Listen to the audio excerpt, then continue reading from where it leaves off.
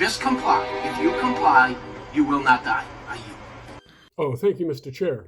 The Right Honorable Congressman from Texas, Troy Nels, stated last week, I believe it was, in the wake of the Alex Peretti execution, that if we comply, the American public, if you comply, you will not die. And that statement presumes a clear and functional definition of compliance, which we all appreciate. And we want to thank the Right Honorable Congressman. So let's examine compliance as a factual condition and not a moral one. Compliance begins when a person is confronted by an agent of the state and instructed to submit. It advances when force is introduced to remove the ability to resist. Involuntary compliance, if you will. Pepper spray induces involuntary physiological shutdown. Vision is impaired, motor control is compromised. This is forced compliance. Right Honorable Congressman, when we see multiple armed agents restrain a single individual, forcing him face down onto the cold, hard concrete of the streets of America, resistance is no longer a variable.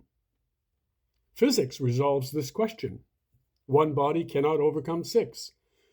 The condition is compliance.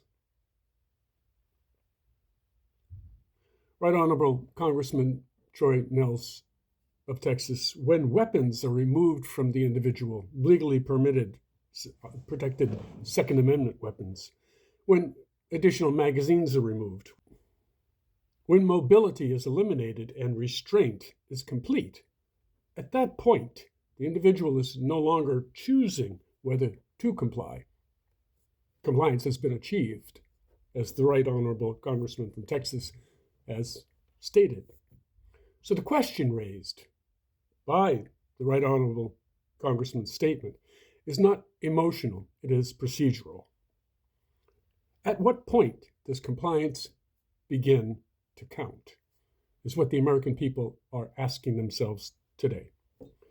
Because if lethal force continues after compliance has been established, then compliance is not the safeguard that the Right Honorable Congressman is suggesting. It is not a condition for survival, it is irrelevant. And that leads to a second and unavoidable fact, Right Honorable Congressman. Agents of the state operate under qualified immunity. And our congressional delegation here in Massachusetts is suggesting that a bill will be submitted on the floor to remove qualified immunity from all state activities that involve lethal force. We hope that the vote on that bill is respectful and positive. Reserving my time, Chair. And that leads us to an unavoidable fact. Agents of the state, federal agents, state, local law enforcement officials, all representatives of our governments, operate under a qualified immunity. Unfortunately for civilians and their Second Amendment, the state is the only one that holds the monopoly on using lawful lethal force. This wasn't always the case. Civilians are prohibited from responding in kind in the modern world. This creates a kind of one-directional power structure where submission does not guarantee safety and resistance is categorically punished. We're now considered a domestic threat if we have any resistance. That comes from the White House, Right Honorable Congressman from Texas. So when an elected official advises the public to comply in order to live, as you have, Right Honorable Congressman from Texas, Troy Nels, the unresolved issue is not public behavior. It is whether compliance still functions as protections, constitutional protections, one would presume, as well. And that is why the absence of what you said from the congressional record is what matters. Because if comply and live reflects governing reality today in 2026, the public record should reflect that. and it does not. And so then the public deserves to know why it was said in the first place. I yield to the Right Honorable Congressman from Texas, Troy Nehls. Thank you, Chair. Hi, folks. I'm James A. Majoris. I'm just a citizen like you.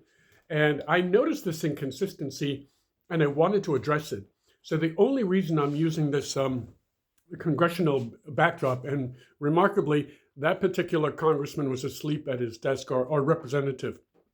I don't know what he represents, or what area he represents. But remarkably, behind me, that man is asleep. And I just wanted to, if you've made it this far, I just wanted to offer you this transparency. I'm in my apartment here in Cambridge, Massachusetts, but I noticed this inconsistency in the compliance advisory from the Right Honorable Congressman from Texas. And I just wanted to keep it within the framework. I didn't want to be someone on social media just ranting about something. The proper frame is in a congressional hearing, and that's why I use that as the backdrop. Thank you for understanding.